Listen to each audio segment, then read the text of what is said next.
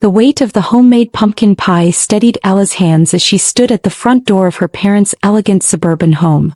Through the glass panels, she could see a blur of relatives moving under the glow of her mother's crystal chandelier. 24 people laughing, talking, and sipping wine as if the world were perfect. For a moment, Ella thought about turning around and driving back to her apartment to eat a frozen dinner in peace. But before she could decide, the door swung open. "There she is," her father said loudly. "Our number cruncher has arrived." Ella forced a polite smile, stepping inside. The smell of roasted turkey and sage wrapped around her like a warm blanket she didn't want. Her mother appeared instantly, taking the pie from her hands. "Oh, you brought dessert," she said with a quick kiss on Ella's cheek, already glancing past her toward the driveway. "Is that all you brought?" "Just me and the pie," Ella replied lightly. "Made it from scratch." Her father patted her shoulder. "Ella works with numbers. Very stable job. Always punctual." The words landed like a backhanded compliment. Always reliable. Always boring. Ella had heard those labels her entire life. Her mother's phone chimed. "That's your sister. She's running a little late." 30 minutes and counting, Ella muttered, but no one noticed. Inside the living room the noise swelled. Relatives chatting, glasses clinking. Her uncle raised his drink. "The accountant has arrived. How's life balancing those books, Ella?" "I'm an internal auditor actually," she corrected, taking a glass of champagne from a passing tray. But before she could continue, a hush fell across the room. Heads turned toward the door. Her sister Mia had arrived, 30 minutes late, wrapped in a camel-colored coat straight out of a magazine, her hair shining like she'd stepped off a runway. "Sorry I'm late," Mia announced, not sounding sorry at all. "Traffic was brutal." Their mother rushed over, beaming. "You look stunning, sweetheart. Is this new?" "Just picked it up last weekend," Mia said. "The color called to me." "You work so hard," their mother gushed. "You deserve to treat yourself." Ella swallowed hard, draining her glass in one gulp. The irony stung. Mia hadn't held a steady job in years, but her parents praised her like she ran the economy. Dinner was called soon after, and Ella found herself seated between her cousin Leah and her uncle's new girlfriend, whose name she'd already forgotten. Across the table, Mia commanded attention, telling everyone about her new business in luxury brand consulting. During a lull, Leah leaned toward Ella. "Hey, I've been meaning to ask about my student loans. The interest is killing me. Can you help?" Ella brightened. "Actually, there's a new program that might." "Not everyone wants to hear about math at dinner," their mother cut in sharply. "Ask Mia, she's great with money." The table fell quiet. Ella froze, fork hovering over her plate. Mia laughed softly, swirling her wine.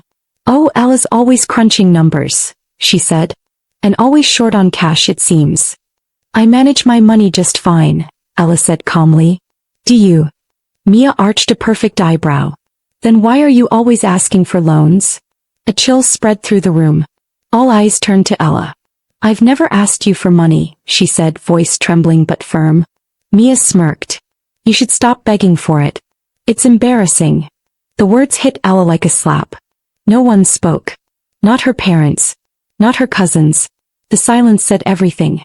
The silence stretched long enough for Ella to hear the faint clink of cutlery. Her father cleared his throat awkwardly. "Did anyone catch the Seahawks game last Sunday?" That fourth quarter was something else. The conversation lurched forward as if nothing had happened, leaving Ella's humiliation sitting between the mashed potatoes and cranberry sauce. She sat still, remembering the first time she gave up her own savings to help Mia. She'd been 10, emptying her piggy bank so her sister could buy a dance costume. "You're the practical one," her mother had said. "Your sister needs it more." That label had followed her ever since. The responsible one, the quiet one, the one who always sacrificed. When dessert was served, Ella excused herself and slipped into the small powder room. She locked the door and pressed her trembling hands against the counter. Her reflection stared back at her, calm on the outside but boiling underneath. She pulled out her phone and opened her banking app. 5 recurring payments to various accounts, all under Mia's name. 5 years, $52,800. Car insurance, credit cards, personal loans. Ella exhaled shakily. "Enough," she whispered. Her fingers moved quickly, canceling each automatic transfer one by one. Recurring payment cancelled. Recurring payment cancelled. The confirmation messages popped up like small sparks of freedom. When she returned to the dining room, her pumpkin pie was already half-eaten. "There you are," her mother said lightly. "We started without you." "That's fine," Ella replied, sliding into her chair. She smiled faintly as her phone vibrated in her pocket, each buzz confirming another payment cancellation. "I'll have some coffee, please." Her father poured a cup and handed it over. "You sure you're okay?" Ella lifted the cup and smiled. "For the first time in years," she said softly. No one at the table noticed the quiet confidence in her voice. For the first time in forever, she wasn't paying for her sister's life. Tonight she had chosen herself. The next morning, sunlight filtered through the blinds of her small apartment. Ella brewed her coffee and sat at her modest desk, the one squeezed between her kitchen counter and the window. Opening her laptop, she created a new spreadsheet. Payment history, Mia Harper. Each keystroke felt like reclaiming a piece of herself. She scrolled through her bank records, copying every transaction from the last 5 years. 3 credit card payments each month, 1 car loan, 1 temporary personal loan that had stretched into infinity. When the total appeared at the bottom, $52,800, she stared at it in disbelief. "Not generosity," she murmured. "Gullibility." Her phone buzzed relentlessly, 15 messages, all from Mia. "Something's wrong with the payments. Call me now. Did you change banks? Payment failed. Fix this." By afternoon, the tone shifted from panic to fury. "You're ruining my credit, Ella," one message read, followed by, "You've lost your mind." Ella set her phone face down and continued typing her notes for work. The notifications kept coming like a storm she'd finally stopped running from. By the time her mother's name appeared on the screen, Ella already knew what the conversation would be about. She took a deep breath and answered anyway. "Ella," her mother said sharply, "what's going on? Your sister says you're refusing to help her." "Refusing to help her with what?" Ella asked, keeping her voice even. "She's having a cash flow issue with her business," her mother replied. "You know these things happen. Why would you cancel the payments without warning?" "Because she told the whole table I beg her for money," Ella said. "And because I've been paying her bills for 5 years." There was a long silence. "You're being dramatic," her mother said at last. "Family helps family." "I did," Ella answered quietly. "To the tune of $52,800. Another pause. Paper rustled as if the phone had changed hands. "Ella, it's Dad," her father said, softer than usual. "Is this true? All that money?" "Yes," Ella replied. "I have every payment recorded. Car insurance, credit cards, a personal loan." "She's starting a business," he tried again. "You know Mia, she's different." "She's not different," Ella said. "She's dishonest. And I'm done carrying it." Her father exhaled. "You've changed." "I haven't," Ella said. "I just stopped letting kindness be used as a leash." By lunch, the family chat lit up. "Please keep Ella in your prayers," Mia wrote. "Jealousy can make people do irrational things." Dozens of replies poured in. Heart emojis, folded hands, stay strong messages. No one asked Ella anything. She set her phone aside and finished a client review in half the time it usually took. "You're sharp today," her manager said during check-in. "Whatever you're doing, keep it up." What she was doing was breathing. And not paying $880 a month to protect a lie. That night, Ella bought a solid oak desk she had eyed for months. As she typed in her card details, she felt no guilt, no mental math about Mia's next autopay. The purchase went through, her chest felt light. Her phone buzzed. It was Leah. "Are you okay? You left dinner fast." "I'm fine," Ella said. "Just done." Leah hesitated. "Mia's telling people you backed out of a loan." "I didn't back out," Ella said. "I ended 5 years of paying her bills." Silence.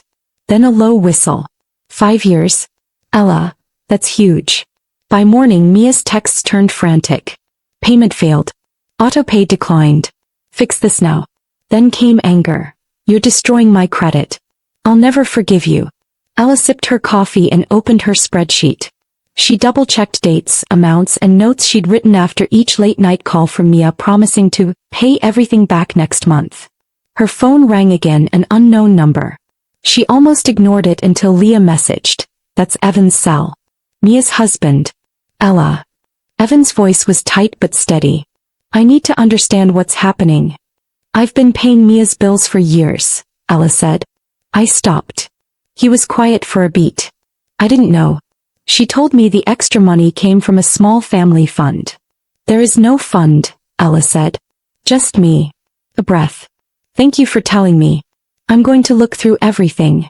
"Do that," Ella replied. "And Evan, I have records. I might need them," he said. "I'll be in touch." 2 days later, the lobby of Ella's office went silent when Mia strode in, sunglasses perched like armor. "How could you abandon me?" she cried loud enough to turn heads. "After everything I've done for you?" "This isn't the place," Ella said calmly. "Call me." "No," Mia said, voice breaking into a practiced sob. "Fix the payments, today. When you're ready to talk about repayment," Ella said, "we can talk." Mia's tears vanished. "Repay you?" Her eyes went cold. "You're heartless." Ella met her stare. "No. I'm finished." That Saturday, Leah showed up with deli sandwiches and fierce eyes. "Everyone's buzzing," she said. "Do you want me to set the record straight?" "You can share the truth," Ella answered. "I'm done hiding it." Her phone rang again. "Evan." She put it on speaker.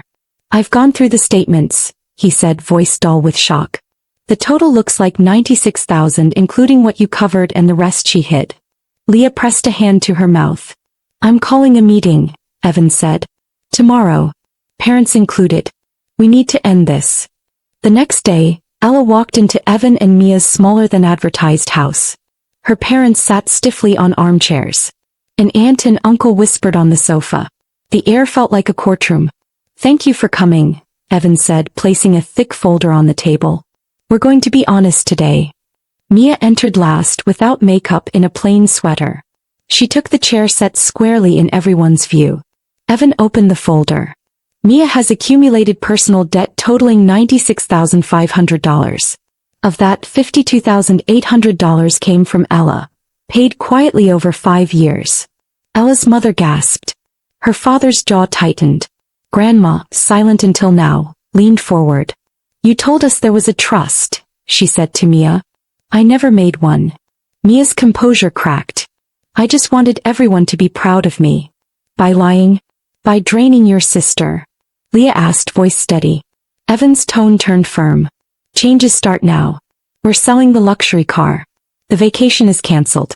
Mia starts full-time at Belinda's boutique on Monday. We begin financial counseling Thursday." "That's extreme," Ella's mother whispered. "It's necessary," Evan replied. He turned to Ella. "I'm sorry this was put on you." Ella nodded once. For the first time, she sat in the center of family truth without being asked to fix it. The room fell into uneasy silence. For the first time in years, Ella watched her parents look at Mia not with pride, but with disbelief. Her father rubbed his temples. "How could we not see this?" he murmured. Her mother looked from one daughter to the other, eyes glistening with confusion. "Mia, why didn't you ask for help honestly?" Mia's voice trembled. "Because when I fail, people stop loving me." The words hung heavy in the air. No one spoke, not even Ella. For once, she didn't rush to comfort or explain. He just listened.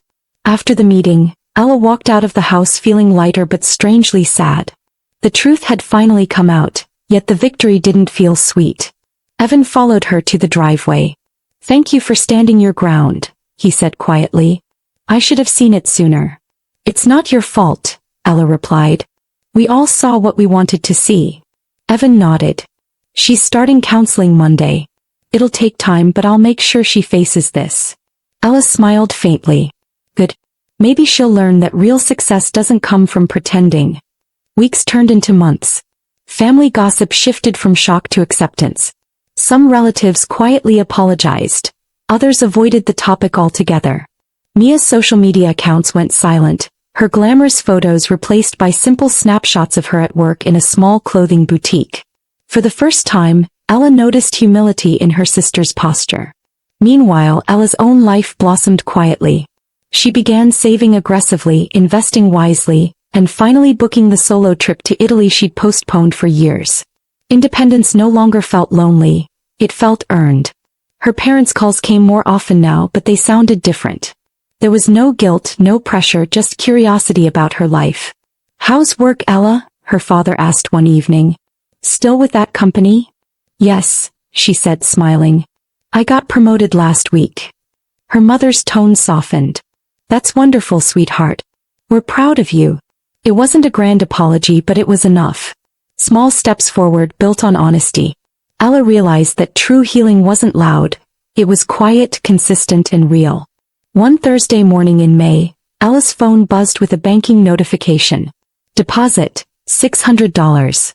A text followed seconds later. "It'll take years, but I'll pay you back. Mia." Ella stared at the message for a long time. Memories flashed. The Thanksgiving dinner, the public humiliation, the trembling moment in the powder room when she pressed cancel. Now there it was, a small step toward accountability. She typed 2 words in reply. "Received. Thank you." No forgiveness yet. But maybe one day. By Thanksgiving the following year, Ella stood once again on a familiar porch, this time holding a pumpkin-scented candle instead of pie.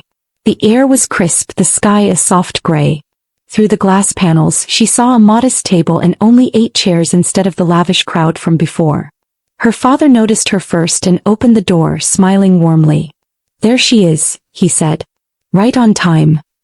His voice carried something Ella had longed to hear all her life: respect. Inside, the scene was simple but full of peace. Her mother kissed her cheek and whispered, "I'm glad you came." In the kitchen, Mia was carving the turkey, wearing jeans and a plain cream sweater. No designer logos, no flashy jewelry. "Hi," she said softly. "I'm really happy you're here." "Everything looks wonderful," Ella replied, meaning it. They shared a quiet smile, fragile but genuine. For the first time in years there was no pretending, no performance. Just family. During dinner, conversation flowed easily. Her uncle spoke about his heart surgery, her cousin about a new job. No one tried to outshine anyone else. Evan raised his glass, then nodded to Mia. "Your turn," he said. Mia stood slowly. "A toast," she began, voice shaking. "To family that tells the truth even when it hurts." Ella's throat tightened. She raised her own glass. "And to learning that honesty can heal more than silence ever could."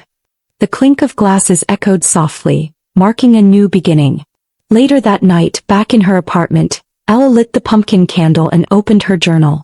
She didn't check her spreadsheet anymore. The numbers had lost their hold on her. 12 months, 12 repayments, each one small but steady. She smiled as she wrote. $52,800. 5 years of sacrifice turned into lessons learned. Her eyes lingered on the words before adding, "Boundaries aren't selfish, they're survival." The glow of the candle flickered like quiet victory. Ella closed the journal and sat back on her sofa, now upgraded to a plush burgundy sectional, the one she'd once considered too expensive. Her apartment wasn't bigger, but it finally felt hers. Every item around her was something she had earned, not postponed for someone else's comfort. She wasn't angry anymore, just free. The peace she once mistook for loneliness had become her favorite sound. She whispered to herself, "Numbers don't lie. People do." And then she smiled, not bitterly this time, but with calm understanding. Months passed and Ella and Mia began rebuilding something fragile but real. They met for coffee once a month, no accusations, no talk of money, just sisters trying again. Sometimes the conversations were awkward, sometimes warm. But they were honest.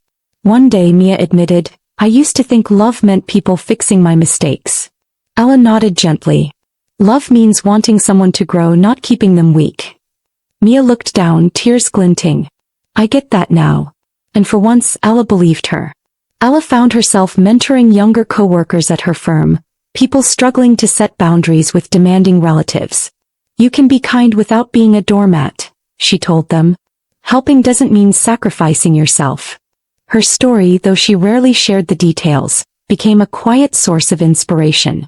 She learned that strength isn't built through confrontation. It's built through consistency, clarity, and choosing peace over guilt. One summer evening, Ella visited her parents. Her father grilled in the backyard while her mother poured lemonade. The air smelled of jasmine and charcoal. You've changed, her mother said softly. Ella smiled. No, Mom. I just learned to live for me. Her mother hesitated, then nodded. I think I'm finally proud of both my girls. It wasn't perfection, but it was healing. A year later, Mia finally finished repaying the entire $52,800. When the final deposit hit Ella's account, she didn't feel triumph, only gratitude. She sent a short message. Debt cleared. I wish you peace. Mia replied, thank you for giving me a chance to grow up. It was a sentence Ella never thought she'd see. The weight of resentment lifted quietly, like morning fog fading from glass. That Thanksgiving, Ella hosted dinner for the first time in her own home. Her family gathered around her table, small, sincere, and happy. There were no designer coats, no false perfection, just laughter, forgiveness, and truth. When everyone raised their glasses, Ella looked around and realized she no longer needed their approval. She had become her own definition of enough. For the first time in her life, she felt whole. Moral lesson. True kindness has boundaries. Helping others should never come at the cost of your peace, your dignity, or your self-respect. Setting limits isn't cruelty, it's how love stays honest and how healing begins.